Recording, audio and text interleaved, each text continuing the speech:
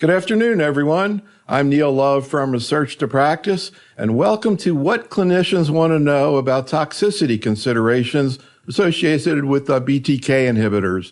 We have a great faculty today, Dr. Nicole Lamanna from the Herbert Irving Comprehensive Cancer Center at Columbia University in New York, and Dr. Bill Wierda from the MD Anderson Cancer Center in Houston. As always, if you have any questions or cases you'd like to run by us, just type them into the chat room. We'll talk about as many of these as we have time today. As always, we have a 1-minute pre- and post-meeting survey for you to take in the chat room. If you take that, we'll learn a little bit more about you, and you'll get a lot more out of this meeting. We do webinars all the time, but also live meetings. So we're heading out to Bill's neck of the woods to the Soho meeting in Houston. We'll be doing 2 CME satellite programs next Thursday. We'll also be broadcasting these or virtually. So if you want to check it out next Thursday night, we'll be doing a program on myelofibrosis. And then the next day, I'll be doing a program again with Bill's colleague, Chris Flowers, looking at diffuse large B-cell lymphoma. On September 11th, we have a great program focused on triple-negative breast cancer. Then we'll be working with Katie Moore on September 14th, talking about ovarian cancer. A lot going on in localized non-small cell cancer, particularly the integration of targeted immunotherapy. We'll talk about that in the end of September.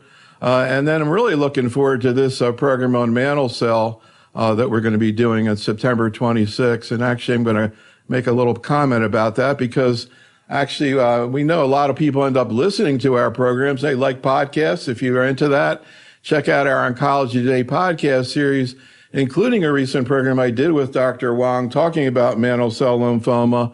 We'll get into that a lot more in the mantle cell seminar in a couple weeks, but I did want to bring up what he had to say about BTK inhibitors, which I found very, very interesting. But we are here to talk about toxicity with BTK inhibitors, so prevention and management. And as we do many times, we have a bunch of community-based general medical oncologists. They're going to be doing short presentations. I meet with these docs separately. We record many presentations, and we edit them down to very short videos. So we're going to try to see how many of these cases we can present. So we're going to mix that in also with a survey that we did of general medical oncologists. We actually recruited 55 general medical oncologists, and we'll tell you a little bit about that survey in a second.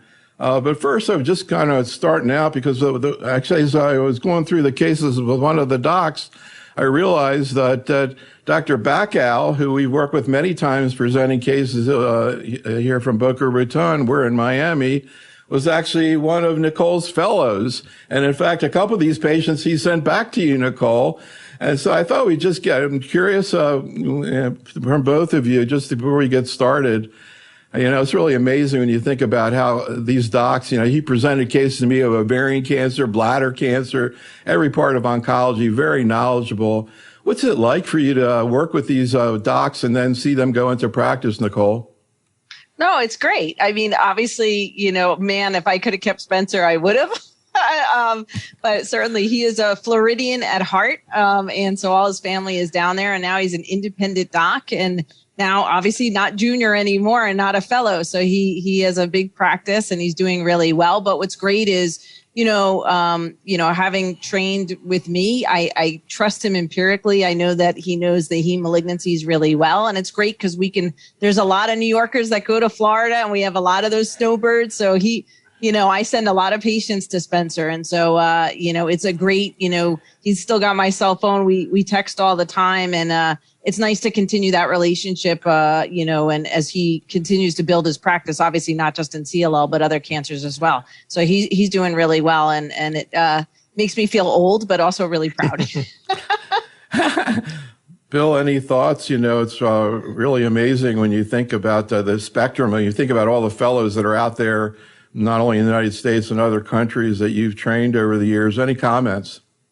No, I mean, I would agree with Nicole. It's great to see the ones that go into community practice. It's also very gratifying to see those who we worked with and go into academic positions and do great work at other institutions and build their own programs. So that's been very gratifying also to see sort of spreading the knowledge and lighting the fire of enthusiasm and interest in CLL for me is very gratifying to see. So before we get into the cases, just to comment a little bit more about this survey that we just did over the last couple of weeks. Again, these are general medical oncologists.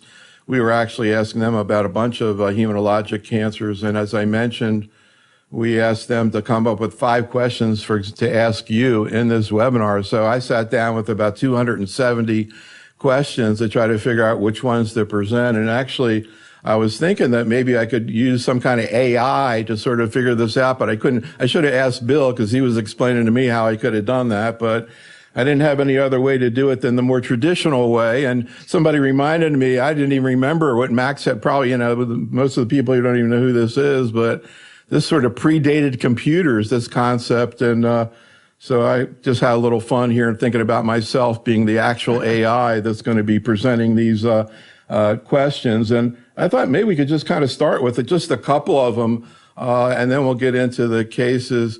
So, Nicole, this is a very common question people have. They've got a patient who's been on ibrutinib for a long time. They hear about issues with ibrutinib and that the new generation's better. Should they switch a patient who's doing well to a second-generation agent like a Cala or Zanu? Particularly, I think I hear more and more people concerned about ventricular arrhythmias with ibrutinib. What do you say when people bring up this possibility, Nicole? Yeah, I mean, in my practice, if somebody has been doing really, really well on ibrutinib, I traditionally, or I still have not necessarily switched them over if they otherwise are asymptomatic and doing well. Now, similar to the CML story, I don't start many new patients, to be honest, on ibrutinib. So if they're going to start a BTK, I'm going to start them on one of the newer agents because of the toxicity profile from the head-to-head studies. But, in my experience, if somebody's already doing, is on 4 years of ibrutinib and doing fine, the likelihood is they're going to be fine. And so I really do not switch them over unless there's a major concern and they feel that they have to. But I don't do that typically. Bill, any comments? I completely agree. I mean, we don't switch patients who are doing well on off of ibrutinib onto another agent. Are there situations right now outside a clinical trial, Nicole, where you will start somebody on ibrutinib? No, I think I answered that. So no, I'm typically, as long as their insurance is covering either a Cala or a Zanu, I'm typically, if they're going to go on a BTK for the first time, I'm typically using a newer agent. That's what I'm typically doing. And I was just pointing out to the faculty, you probably, if anybody saw the New York Times this morning, they had a cover on the front page of article about this thing they're going to try with negotiating through Medicare, and they picked 10 drugs. I was curious how many of them were going to be cancer drugs, and only one was a cancer drug. And it actually was ibrutinib, amazingly enough. Kind of wondering how they came up with that, given the fact that fewer and fewer people are starting it. What about this other case that was brought up here? I'm sorry, Bill, did you want to comment? Yeah, just a quick comment. So you asked Nicole if there was anybody she would start first line on ibrutinib. Right. The one patient that comes to mind would be a patient who I'm thinking about giving ibrutinib plus venetoclax as a frontline therapy or a relapsed treatment. We have a lot of data with ibrutinib plus venetoclax. That's a very potent combination for fixed duration treatment to achieve an undetectable MRD status. I think the data with that combination is very strong, and we don't have that data with other combinations of BTK plus venetoclax. So if I'm thinking about putting a patient on combined BTK plus BCL2 inhibitor, ibrutinib would be where I start. I usually give 3 months of ibrutinib like's been done in the clinical trials, and then add the venetoclax for the fixed duration treatment. And if you were seeing a second opinion, Bill, of somebody who was going to do a Cala and venetoclax, would that be okay with you, or not? You don't think that's I would a good not. way to go? I would not. I would not recommend that until we have some data that substantiates that combination and makes me feel. Now we do have data with a triplet acala-ven-obin, and that's a very effective 3-drug combination, but there's really not much that's been reported on acala-ven. So I wouldn't swap out acala-ven. I wouldn't swap out the acala for ibrutinib in that particular situation. The triplet, I think it's fine, but not the doublet. But stay tuned. That data is coming. Yeah, soon. That data is coming, and we have a actually, clinical trial. We have a clinical trial of acala-ven plus or minus obinutuzumab, and so we will probably be reporting that trial out in the next year. And the question is whether the FDA will actually approve ibrutinib and ven, or will it be another partner with ven in the future? Yeah. Well, we don't think it's going to get approved. Correct. So I'm just bringing that up. Yeah. I just bring that up. Yeah. So, okay. So before we get to the video cases, you want to take a crack at responding to the doc who has an 85-year-old patient with a history of hypertension controlled on 4 antihypertensive drugs, 17p deleted CLL who requires treatment, and he's bringing up the question of choice of BTK in a patient with severe hypertension. Bill, any comments? Second generation BTK inhibitor in that situation would be my preference. I would probably steer away from ibrutinib in favor of acala or zanubrutinib. The hypertension, if they start out with hypertension, it can obviously get worse. It's usually something that occurs with time. So after they're on treatment for 2-3 years, we can see more problems with worsening hypertension. But my preference is for a second generation BTK inhibitor in that situation for sure.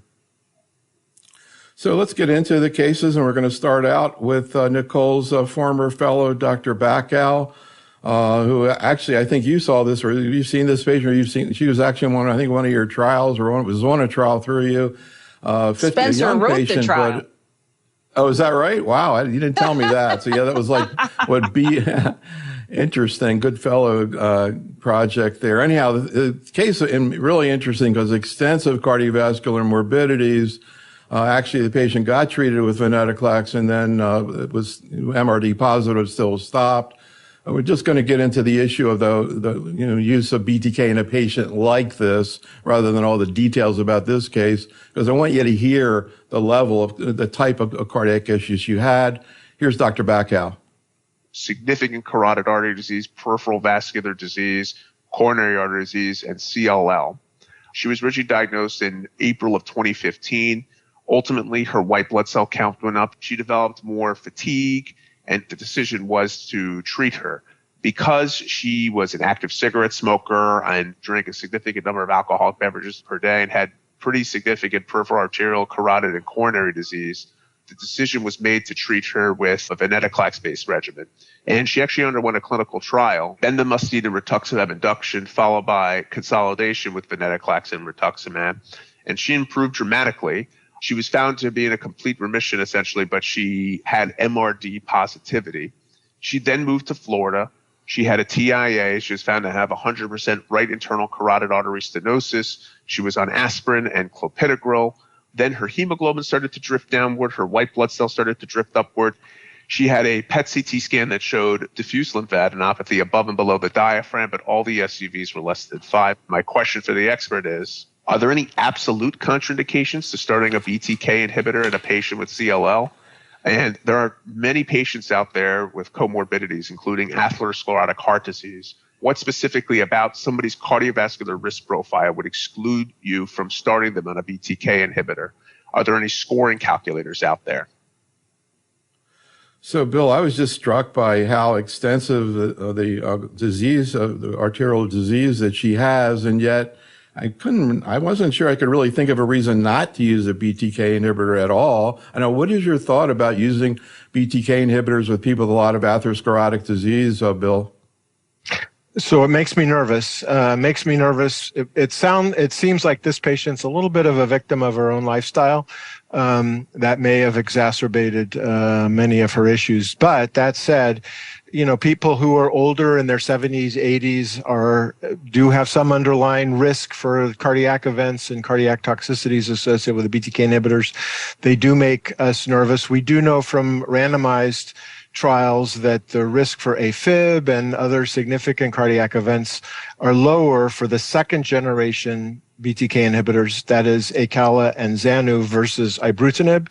So acala, xanu would be the preferred BTK inhibitor for a patient who you're interested in putting on a BTK inhibitor for relapsed for relapsed CLL.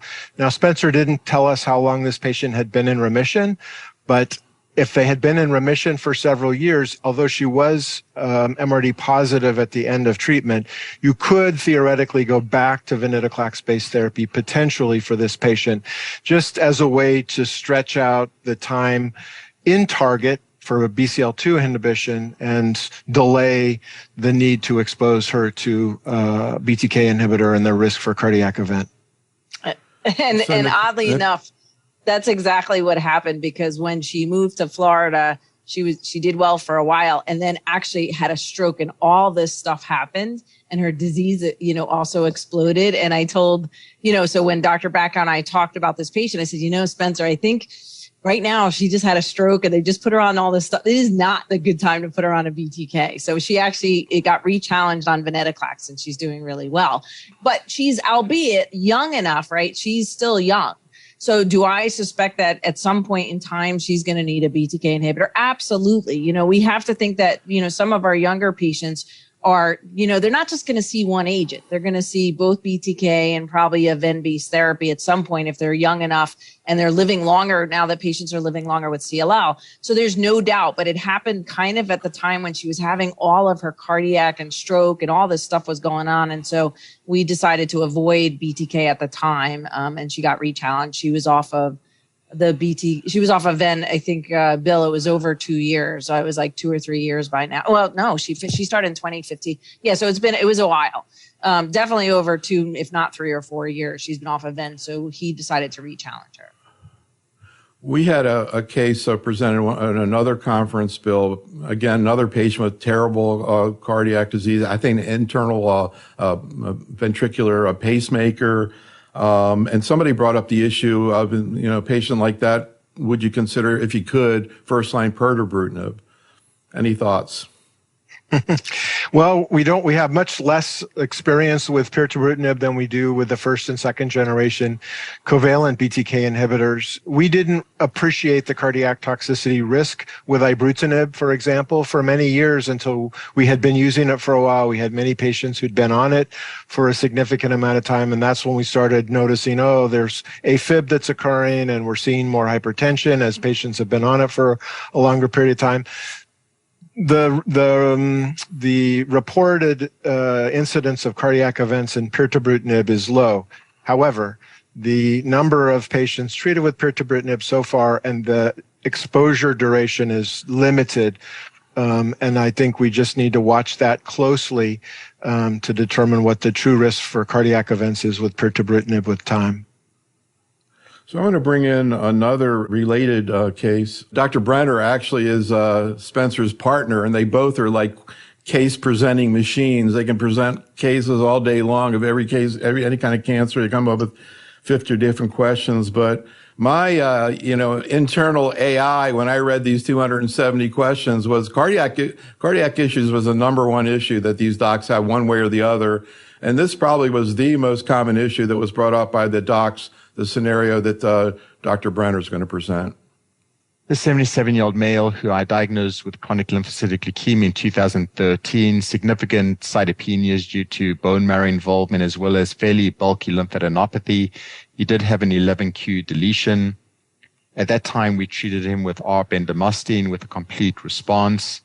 He then relapsed about 3 years later, predominantly with lymph node disease. And at that time, I treated him with ibrutinib. He tolerated it very well. And then in the middle of 2020, he developed atrial fibrillation, which was relatively asymptomatic, treated with a beta blocker and a blood thinner. My question for the clinical investigators is it safe to continue BTK inhibitors in patients who develop atrial fibrillation? And is it safe to keep them on a BTK inhibitor on a NOAC? Would it be safer to switch a patient like this to a second-generation BTK inhibitor, such as acalabrutinib or zanubrutinib? So what's the follow-up on the patient?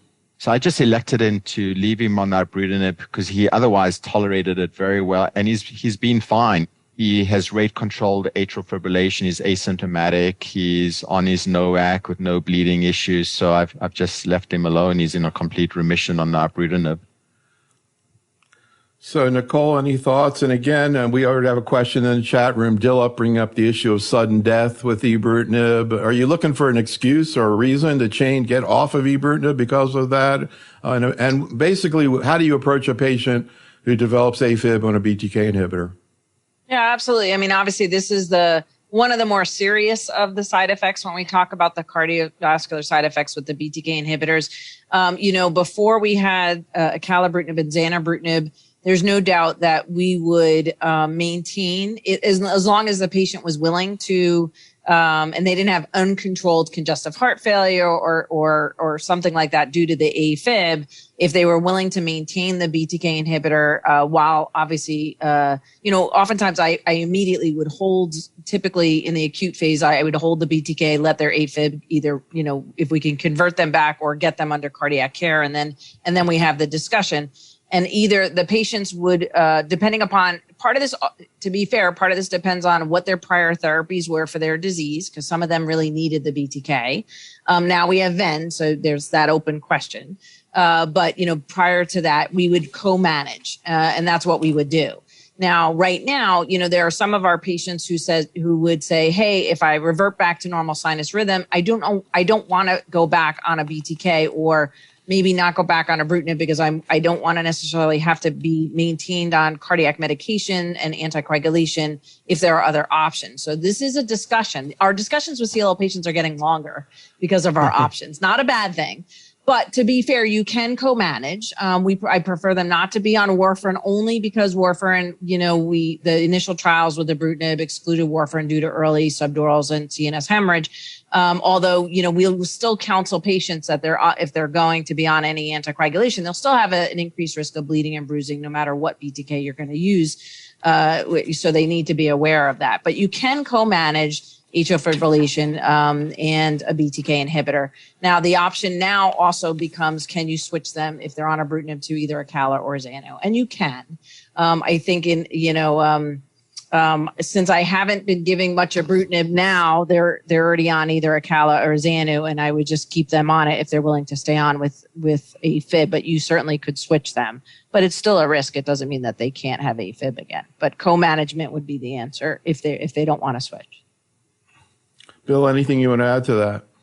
No, I agree with that strategy. I mean, it's if they don't cardiovert into normal sinus, I'll leave them on ibrutinib and medically manage their AFib as long as they're rate controlled. They do relatively well. If you can convert them and you want to keep them on a BTK inhibitor, which is usually the case, I usually will try a second generation because there is a lower risk of atrial fibrillation associated with the second generation BTK inhibitors.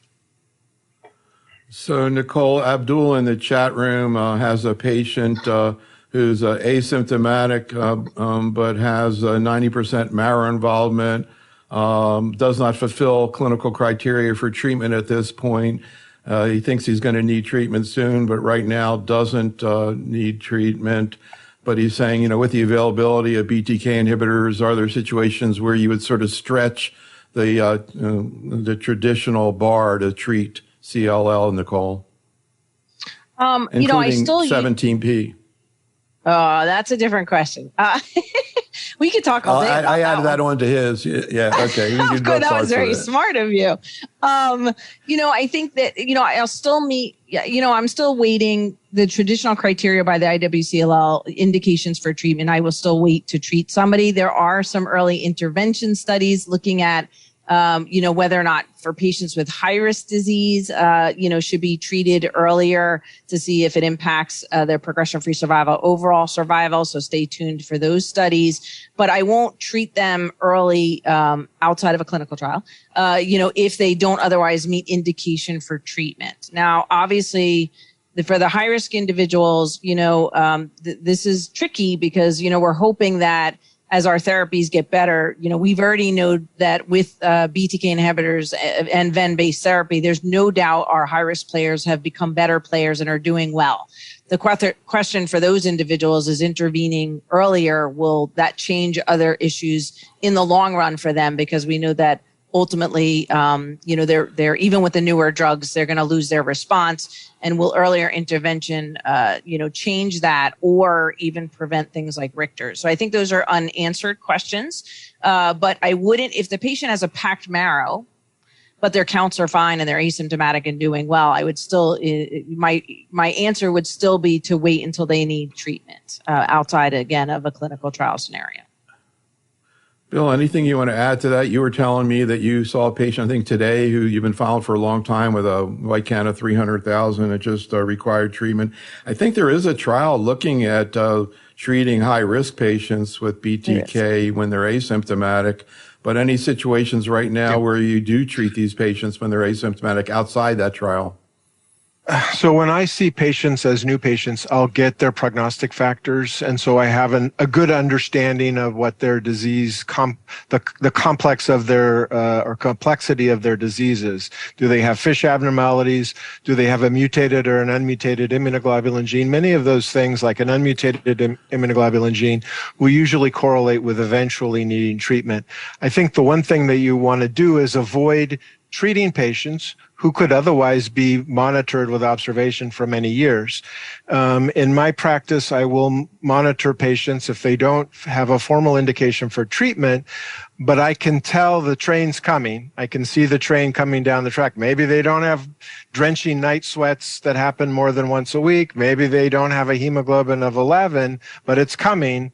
Then I will have the conversation with those patients and start the treatment planning process with them earlier than when they develop a formal criteria or meet a formal criteria to start treatment. Yeah, actually, Abdul in the chat room added another comment that the patient's very, very nervous and pushing him to give treatment. I'm sure that happens a lot. So we have that happen normally. I bet, yeah, any patient. So let's go to another case. This is a patient of Dr. G Chen, a 72-year-old man who had some issues receiving ibrutinib. He had initially tolerated the ibrutinib quite well, and then he had developed bruising, rash. He had developed a maculopapular rash in his truncal area, so his abdomen, his back, and it was quite pruritic. He then also had just increased bruising. He was not on any antiplatelet agents or any other anticoagulants.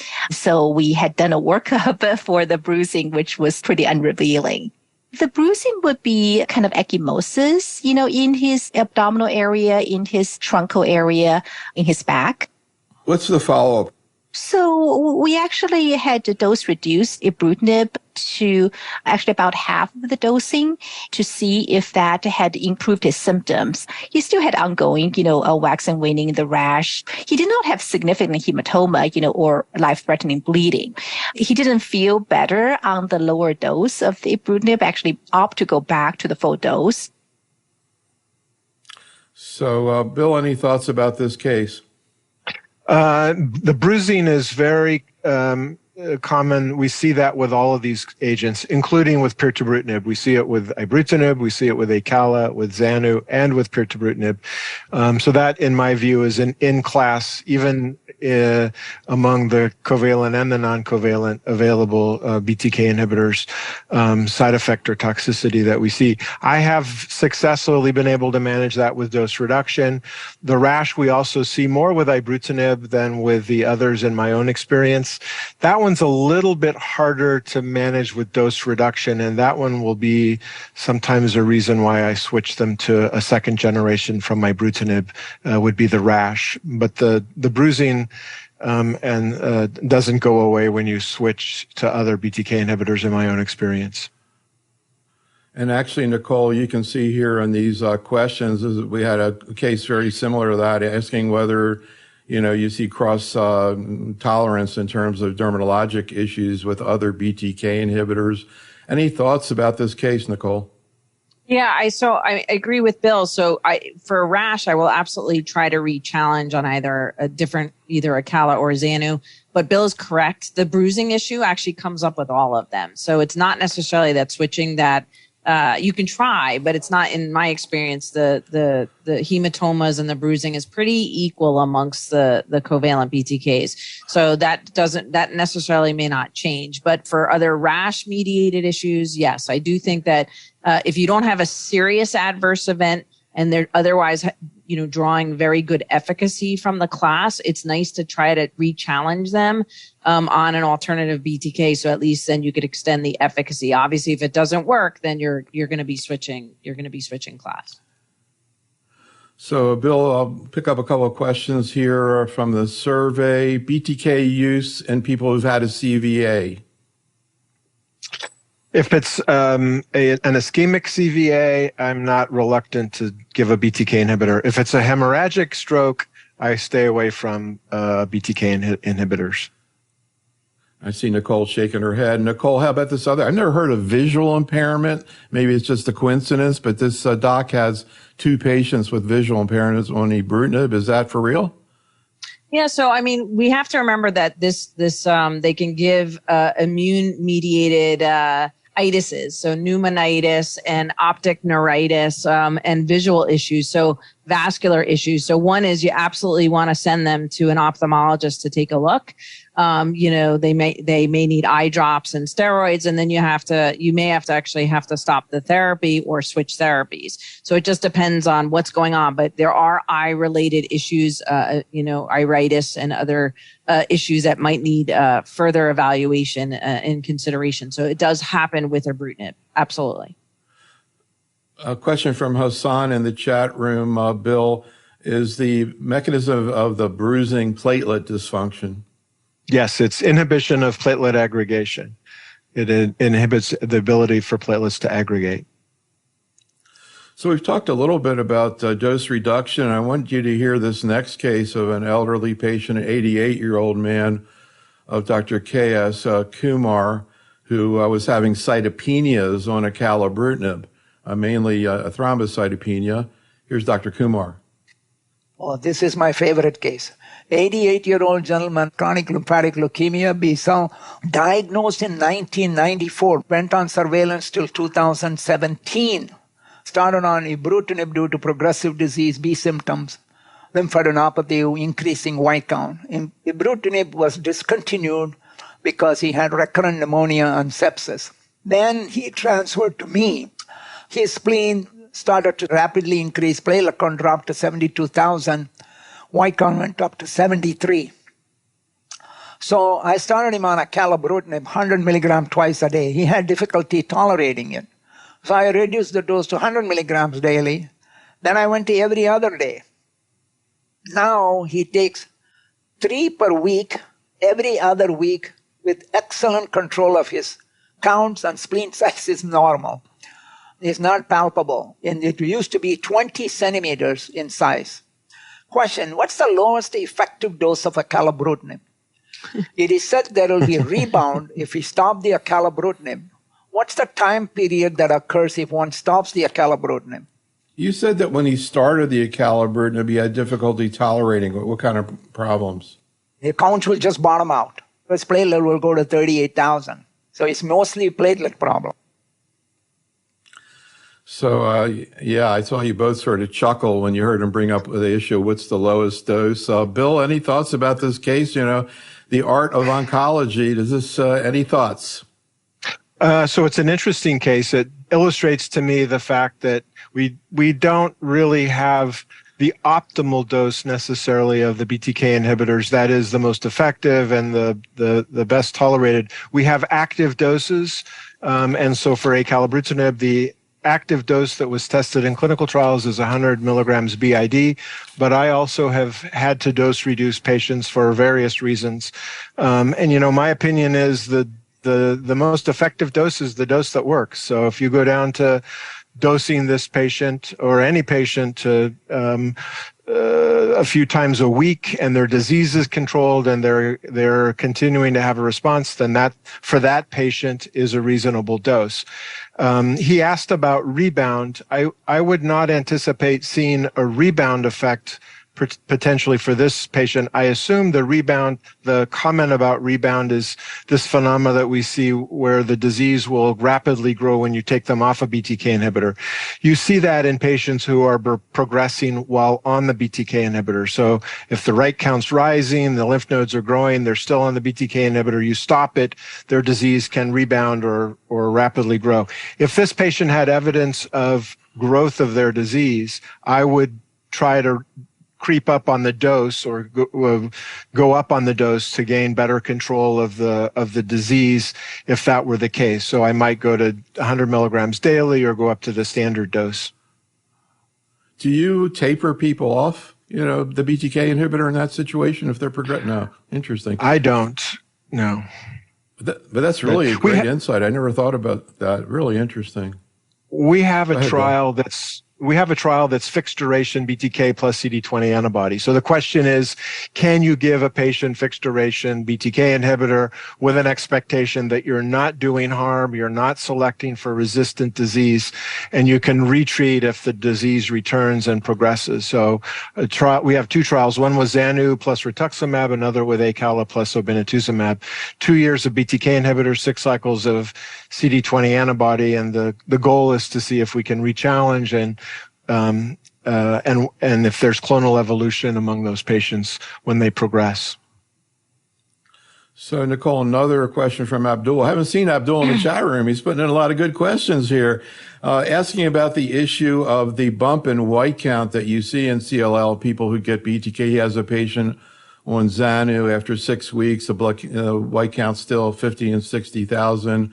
I've heard cases where the white count stays up for like a year. How do you decide whether they're progressing or not? No, I mean, there are patients who have this profound lymphocytosis, and there is variability. It partly depends on how much bulk they have in the periphery.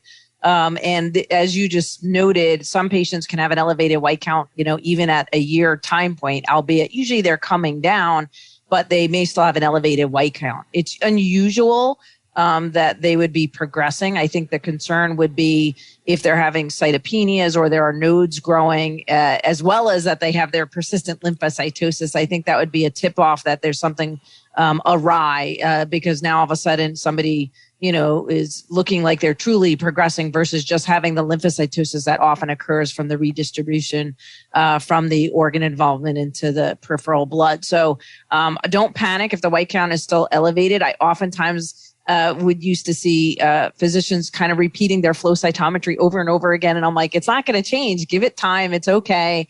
As long as their other counts are well, the patient's asymptomatic, they're feeling well, they're not, you don't feel any bulky or new lymph nodes, then it's okay that they still have a persistent lymphocytosis. And to get back to the other, I think it's important when Bill mentioned about the dosing of the BTKs. I agree. I think we don't know. I think back in the day when patients were coming off of chemoimmunotherapy, we didn't want to dose reduce because, for some of these patients, they were refractory, and the data initially looked really bad for patients that we were holding or dose reducing in the setting of chemo-refractory disease. But now that the BTK inhibitors and ven-based therapy have really taken over and there's far less chemoimmunotherapy, these patients are not refractory. We've kind of shown that, if somebody's getting a BTK in frontline and you need to dose reduce or hold for surgery or various reasons, these people are still doing well long term. So I think we don't have the answer. Can you back off? And studies like what Bill and they are doing, I think, are important because it may be that patients can ultimately be on lower doses because they have full BTK occupancy. And I think we just don't have the answer that you probably can lower dose on some individuals and they'll do just as well. So, Bill, here's another case from the survey. A 72-year-old woman on Acala for 2 years, develops melanotic stools, hospitalized, gets transfused. EGD shows a bleeding gastric ulcer, has APC done, and now the bleeding has stopped. Would you re-challenge with acalabrutinib? Would you switch? Any thoughts about the case, Bill? That would be a challenging. If this is the first bleed, I probably would monitor and observe this patient off treatment for a period of time to make sure her bleeding didn't recur, that she's stable. For many of these patients who've been on the BTK inhibitors for a while, like this lady who's been on for 2 years, their disease burden is down relatively low. So they can't afford a time off treatment, which can be for months, without evidence of progression. So this would be a case where I would probably have the patient off a BTK inhibitor, make sure if she needed treatment for H. pylori or whatever, make sure that her GI stuff was resolved, even perhaps repeat her scope, and then think about restarting her if she needed to have treatment. So, Nicole, I want you to keep that case in mind and listen to this next case, and I'm going to ask you for your comments on both, because the next one, I think, may be slightly different because the patient's on ibrutinib. This is the patient, Dr. Brenner. We treated her with ibrutinib, but she developed significant skin bruising, and she elected to discontinue therapy at that time. Shortly afterwards, she did have a stroke that was treated with aspirin and clopidogrel, and unfortunately, more recently developed progressive disease with a rising white count, dropping platelet count, and anemia. She does have a p53 mutation. She declined venetoclax-based therapy due to tumor lysis risk and refused hospitalization for the first cycle of therapy. And we're currently in the midst of having a discussion regarding BTK inhibitor therapy. A question for the clinical investigators is one BTK inhibitor associated with less bleeding risk than another? Is BTK inhibitor therapy contraindicated in patients like this who are on dual platelet inhibitor therapy? And is there a role to consider dose reduction with BTK inhibitor therapy to lower the risk of bleeding? And that's actually what I did with this patient. I put her on acalabrutinib 1 tablet a day, and she's doing pretty well. We now predominantly are using second-generation BTK inhibitors such as zanubrutinib and acalabrutinib. The question I have for the clinical investigators is there any difference between these two agents as far as their risk side effect profiles, such as bleeding risk, hypertension risk, cardiac arrhythmias, where clinical investigators may prefer one agent over another? So, Nicole, 30 seconds or less. No, just kidding. We could probably spend half an hour on the last question he asked. So, first of all, any thoughts about the first case of the bleeding ulcer on acalabrutinib? I agree with Bill. I would have been very nervous about retreating somebody who just had an active bleed, and CNS hemorrhage, same deal. I'm very leery if somebody's had a CNS bleed or a recent bleed of putting them on a BTK, although it could be, again, done later on. So I agree with Bill. I would have monitored that patient or considered if they needed to be treated during that time, an alternative agent. How about this other case? The second case of the patient with the bruising who she stopped and didn't want to keep taking the ibrutinib. Any thoughts about that one? Yeah, I think it's completely fair. That was not active bleeding. It was bruising. And so I think it's completely fair game to try acala or xanu in that patient. Although, again, as we noted, you can still see increased bruising and bleeding with the newer generations as well, albeit he dose reduced it. And I think that it's completely acceptable. The patient didn't want a ven-based therapy. They're older. They were 85. They didn't want to come in the hospital. I totally understand. I think if the patient progresses because they have a TP53 and need treatment in the future, then you can consider something like pirtobrutinib as well, if they still don't want to do venetoclax. So I think I would agree with the way he handled the case is re-challenge on a second generation. And, we really appreciate these docs presenting their cases. Sometimes they are, kind of stretching things a little bit, but they want your feedback. And, we really appreciate that. Bill, any comments? I mean, you could show tons of slides, and I should point out to the audience, as we always do, we've loaded up the slide deck that we put in the chat room with really some great slides for you to take a look at. But as you can see, we're trying to really get into the granularity of the clinical management here.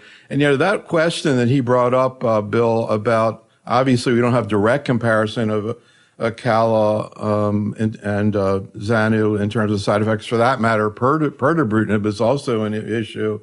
But any sort of, so if you want, we, try to make a clinical scientific point is one thing, but what about clinically, Bill? Is it your impression? Do you sort of shy towards one drug or another, depending upon kind of what the toxicity issue is? Not for any reason that's data-based. It's more for personal experience. We've done a lot of clinical trial work with acalabrutinib. We've used it a lot. I'm used to that agent, but there aren't any head-to-head comparisons between acala and zanubrutinib to know what the differences are in toxicity profile for the toxicities that you mentioned. I think one comment that I would make to Dr. Brenner's patient and question, I think he did raise an issue that we didn't touch on yet, and that is for patients who are on a BTK inhibitor, having them on antiplatelet agents and either NOAC or DOAC and aspirin. So I will not have patients on 3 antiplatelet or blood thinning agents at the same time. Only 2. That's my rule. So if I have them on a BTK inhibitor, then they'll be on a DOAC or they'll be on aspirin. I won't have them on all 3.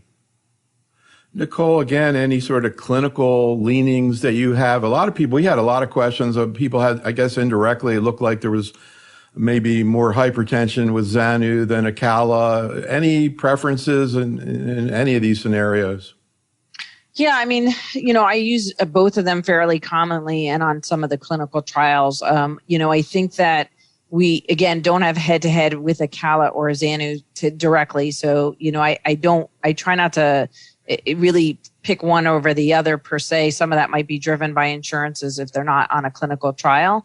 I think that if you're going to get picky about the data and you say, hey, there was more hypertension or equally the similar frequency of hypertension with Xanu and ibrutinib, and I have somebody who's hypertensive, I want to use acala, I think that's fine. I don't think we have, the data to know if it's, going to be better or not.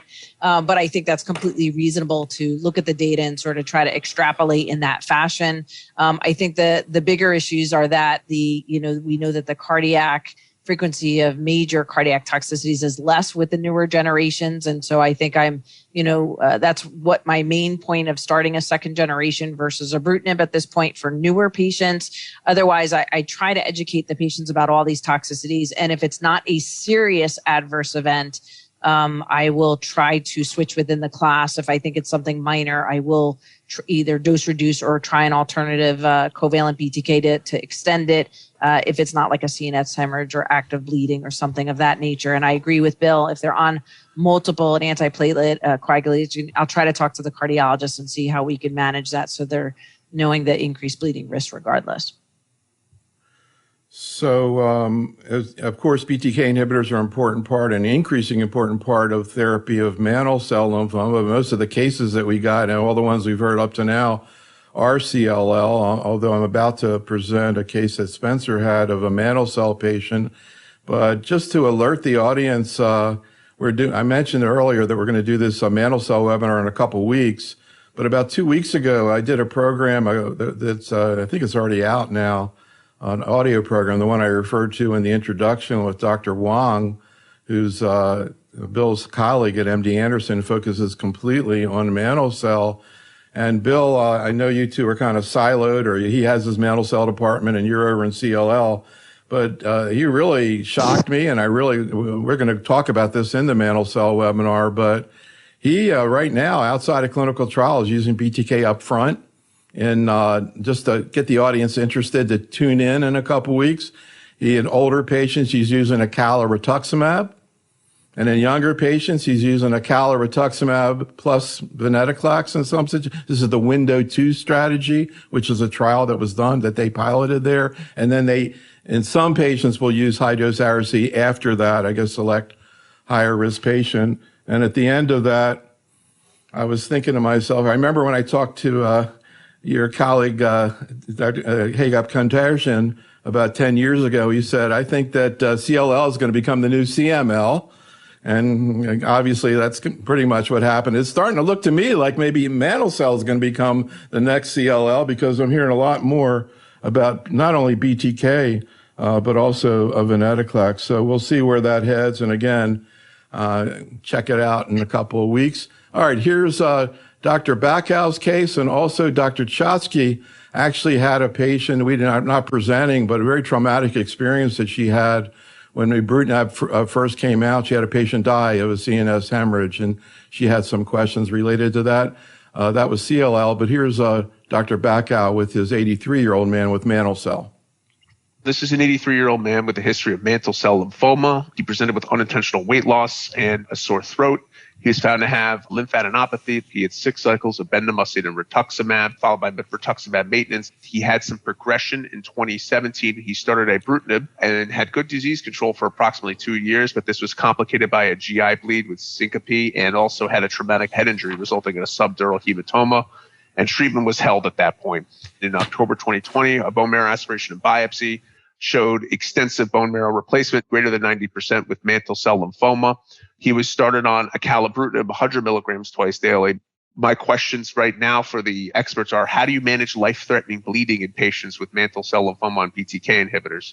Do you just give platelet transfusions to overcome the antiplatelet effect? Is there ever a role for other hemostatic agents such as FFP, prothrombin complex concentrate, or recombinant factor 7A? With all the newer anticoagulating agent versus old-fashioned blood thinner medications like warfarin or Pradaxa, if they are on blood thinner medication, which medication is okay to be given concurrently with the BTK inhibitors, or do they avoid all these patients in general with the potential risk of spontaneous bleeding? Do they tend to choose newer generations BTK inhibitors? Any thoughts, Nicole? Yeah, I mean, I think as we noted, for sure,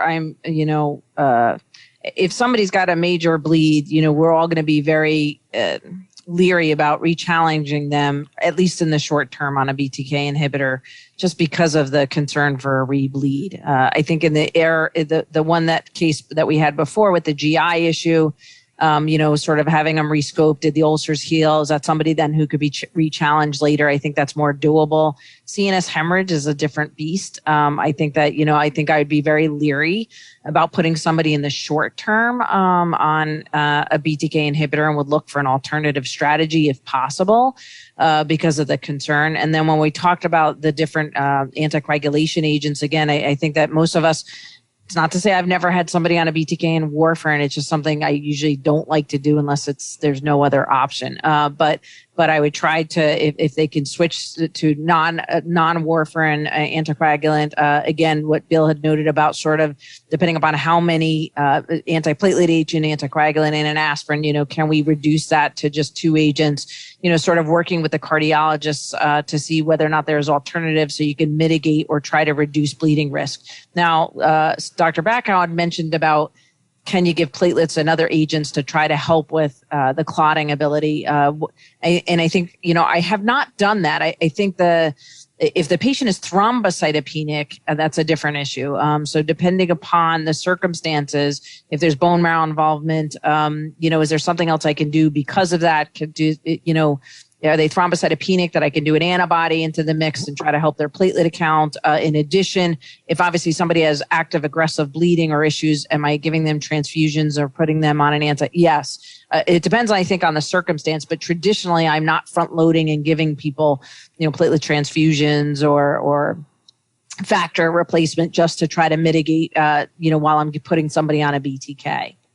Bill, do you have any comments about maybe I was misunderstanding? The one comment that I would make that I think he was asking was, if you have a patient who has a life-threatening bleed, is there something you can do to stop that? And I think even if they have a normal platelet count, the half-life for acalabrutinib, for ibrutinib is relatively short. It's a few hours.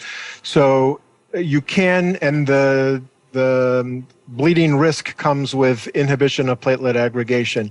So if you have a patient who's having life-threatening bleeding, you could consider giving platelets in that situation, thinking that if he's not had recent BTK inhibitor, those platelets probably are more likely to be functional, and that would be just a temporary way to address a challenge of hemorrhage.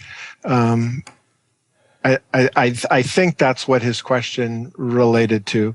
I wouldn't do transfusions as a long-term approach for controlling bleeding issues in patients on a BTK inhibitor, though. I agree.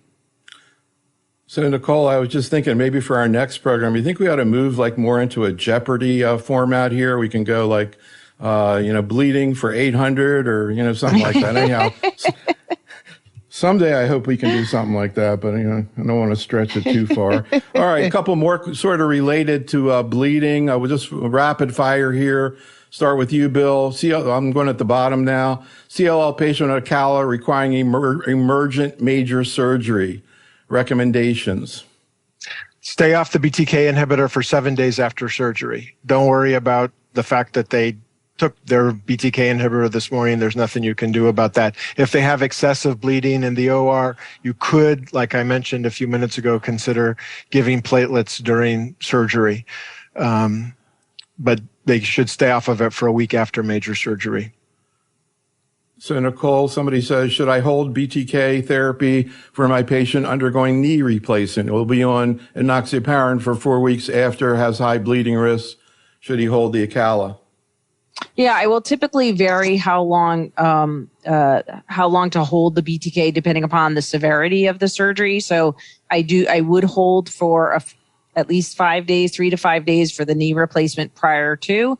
He's going to be on enoxaparin for 4 weeks after normally I wouldn't. So post-surgery, if they recover quite quickly, I usually tell them, depending again on the severity, Bill had noted in emergent major surgery, we would hold for a week after. That's what I would do as well. If it's a minor surgery and they're not bleeding post-surgery, I usually tell them that within a few days they could restart their BTK if it's a minor surgery. In this case, the patient's going to be on enoxaparin. If they have a very high risk of bleeding and you feel that they're so high risk that you're worried that they're going to bleed, you can hold it. I think also part of that would be dependent upon this patient's course of therapy in terms of, prior lines. Are they going to be at risk for how long have they been on their ACALA and doing well and things like that? But if you really felt they were high risk enough, you could hold their therapy longer. So another question from the chat room, and then we'll go to one more case. Bill, Abdul, again, he's got some great questions here. Has a patient who's been on a BTK for 3 years, hematologic CR, no adenopathy, doing great, wants to hold therapy. And so he's the patient saying, I'm cured. Why does he need to be on it? Any clinical trials looking at he brings up the analogy to in colon and prostate cancer, sort of stop and go, treatment holidays. You were sort of alluding to that before, but can you kind of go into a little bit how you think that through, Bill? So there are no good data that address that question of stopping in a patient who has good disease control. Now, we know that in patients who come off treatment for toxicity, for example, who've been on it for a while, the median time to progression after you stop it is about 2 years. So they don't get deep remissions like they do with venetoclax-based therapy with BTK monotherapy. Now, I have seen some patients who've been on ACALA for like 10 years and they have converted to undetectable MRD, but it's taken them a long time to achieve that. It's generally the BTK inhibitors are thought of as treatments continuous until progression. We have a trial that we just recently published where we did consolidation with venetoclax. So we had patients on a BTK inhibitor for at least a year or longer. They received venetoclax in addition to the BTK inhibitor for 1 to 2 years with the objective of getting them into an undetectable MRD status so they could come off treatment. So those consolidation type strategies are under investigation, but we all get a little bit uneasy when we talk about stopping somebody if they've had a good response, but there isn't any data that says, yeah, that's great, do it. And we also don't have data that says, no, you absolutely cannot do that. So we do see that happening in the community a fair amount. It's really hard not to keep asking questions from the chat room because they're just pouring in. One is better than the other, but we're almost done. We're going to do one more case. This is from Dr. Eric Lee. 59-year-old man. So this is a gentleman, I remember he presented with massive neck adenopathy, and I started him on acalabrutinib. Excellent response. Within 6 months, his adenopathy had resolved, his CT scan completely cleared. I think his counts are completely normal now. He was about a year on therapy, developed worsening myalgias. He demonstrated to me his myalgias by not being able to kind of bend and squat in my office. I held acalabrutinib for a few weeks. His myalgias resolved, and so it was related to the drug. So my questions are, this is a patient that had really excellent response to the drug. Would there be a road to switching to an alternate BTK inhibitor, such as ibrutinib, zanubrutinib, or pirtobrutinib? Nicole? Yeah, absolutely. This is one of those troubling side effects that, we used to see. I used to see a lot more on ibrutinib than I do on acala and xanu, but it could be really debilitating from a quality of life perspective, and usually resolves when you stop the drug. Dose reductions don't really help that much. You can try, but it doesn't really work. But I would absolutely try to re-challenge on a different BTK inhibitor. So, just to see, given his remarkable response to therapy. So I think switching to xanu would be a fair trial. Any comments, Bill? And also arthralgias. And is this really just one thing? Kind of both joint and, soft tissue. So I would completely agree with Nicole. I would recommend an alternative second-generation BTK inhibitor, in this case, the zanubrutinib, for this patient. We sort of lump the arthralgias and myalgias together.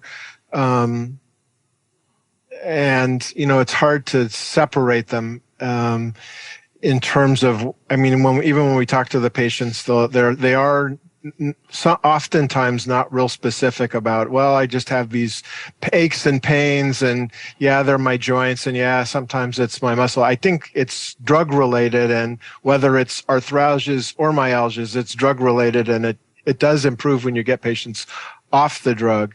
And it can, you can manage them potentially with an alternative inhibitor.